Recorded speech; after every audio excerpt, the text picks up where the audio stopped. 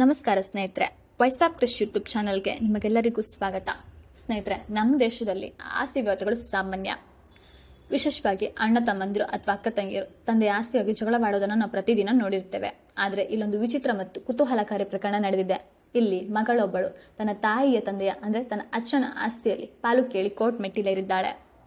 ಹಾಗಿದ್ರೆ ಇದು ನಿಜಕ್ಕೂ ಸಾಧ್ಯನಾ? ಹಾಗೂ ಕಾನೂನು ಏನು ಹೇಳುತ್ತೆ? ಬನ್ನಿ ಇವತ್ತಿನ ಈ ವಿಡಿಯೋದಲ್ಲಿ ಇದರ ಬಗ್ಗೆ ನಾವು ಸಂಪೂರ್ಣ ಮಾಹಿತಿನ ನೀಡ್ತಾ ಇದ್ದೇವೆ. ವಿಡಿಯೋವನ್ನು ಕೊನೆಯವರೆಗೂ ತಪ್ಪದೇ ವೀಕ್ಷಿಸಿ. ಹಾಗೆ ನಮ್ಮ ಚಾನೆಲನ್ನು ಸಬ್ಸ್ಕ್ರೈಬ್ ಮಾಡಿಕೊಳ್ಳೋದನ್ನು ಮರಿಬೇಡಿ. ಸ್ನೇಹಿತರೆ, ಸಾಮಾನ್ಯವಾಗಿ ಮಕ್ಕಳಿಗೆ ಅಚ್ಚನ ಆಸ್ತಿಯಲ್ಲಿ ಪಾಲು ಪಡೆಯುವ ಕಾನೂನಿನ ಹಕ್ಕಿದೆ.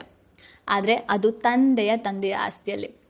ಅಮ್ಮನ ತವರಿನ ಮನೆಯಲ್ಲಿ ಆಕೆಯ ಮಕ್ಕಳು ಅಚ್ಚನ ಆಸ್ತಿಯಲ್ಲಿ ಪಾಲು ಕೇಳುವುದು ಬಲು ಅಪರೂಪದ ಘಟನೆ. ಇಂತಹದೇ ಒಂದು ಪ್ರಕರಣ ಇತ್ತೀಚೆಗೆ ಬಾಂಬೆ ಹೈಕೋರ್ಟ್ನಲ್ಲಿ ವಿಚಾರಣೆಗೆ ಬಂದಿತ್ತು. ನಿಧನರಾದಂತಹ ನಾಮದೇವ್ ಎಂಬುವವರಿಗೆ 4 ಹೆಣ್ಣು ಮಕ್ಕಳು ಮತ್ತು 4 ಗಂಡು ಮಕ್ಕಳು ಸೇರಿ ಒಟ್ಟು 8 ಮಕ್ಕಳಿದ್ರು. ಈ 4 ಹೆಣ್ಣು ಮಕ್ಕಳ ಪೈಕಿ ಒಬ್ಬರ ಮಗಳು ಅಂದರೆ ನಾಮದೇವ್ ಅವರ ಮೊಮ್ಮಗಳು ತನ್ನ ಅಚ್ಚನ ಆಸ್ತಿಯಲ್ಲಿ ಪಾಲು ನೀಡುವಂತೆ ಕೋರಿ ಕೋರ್ಟ್ನಲ್ಲಿ ಅರ್ಜಿ ಸಲ್ಲಿಸಿದಳು. ಆದರೆ ಕೋರ್ಟ್ ಈ ಅರ್ಜಿಯನ್ನು ವಜಾಗೊಳಿಸಿದೆ. ಹಾಗಾದರೆ ಇದರ ಹಿಂದಿನ ಕಾರಣವೇನು? ಹಿಂದೂ ಉತ್ತರಾಧಿಕಾರ ಕಾಯ್ದೆ ಪ್ರಕಾರ ನಾಮದೇವ್ ಅವರ ಆಸ್ತಿಯಲ್ಲಿ ಪಾಲು ಕೇಳುವ ಹಕ್ಕು ಇರುವುದು ನೇರವಾಗಿ ಅವರ 8 ಮಕ್ಕಳಿಗೆ ಮಾತ್ರ. ಇಲ್ಲಿ ಆಸ್ತಿಗಾಗಿ ಕೋರ್ಟ್ ಮೆಟ್ಟಿಲೇರಿದ ಹುಡುಗಿಯ ತಾಯಿ ಇನ್ನೂ ಜೀವಂತವಾಗಿದ್ದಾರೆ.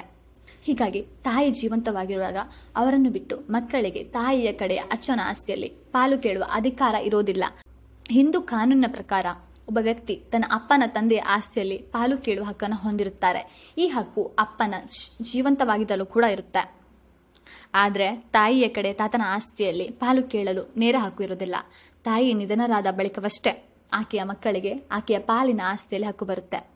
ಹಿಂದೆ ಗಂಡು ಮಕ್ಕಳು ಮಾತ್ರ ತಮ್ಮ ಅಪ್ಪನ ತಂದೆಯ ಆಸ್ತಿಯಲ್ಲಿ ಪಾಲು ಕೇಳುವ ಪದ್ಧತಿ ಇತ್ತು. ಆದರೆ ಇದೀಗ ಕಾನೂನಿನ ಪ್ರಕಾರ ಹೆಣ್ಣು ಮಕ್ಕಳಿಗೂ ಅಪ್ಪನ ಆಸ್ತಿಯಲ್ಲಿ ಸಮಾನ ಹಕ್ಕಿದೆ. ಇದಲ್ಲದೆ ಕೆಲವು ಹೆಣ್ಣು ಮಕ್ಕಳು ಅಮ್ಮನ ಕಡೆಯ ಆಸ್ತಿಯ ಮೇಲೂ ಕೂಡ ಕಣ್ಣಿಡುತ್ತಿರುವಂತಹ ಘಟನೆಗಳು ಅಪರೂಪಕ್ಕೆ ಕೇಳಿ ಬರ್ತಾ ಇದೆ.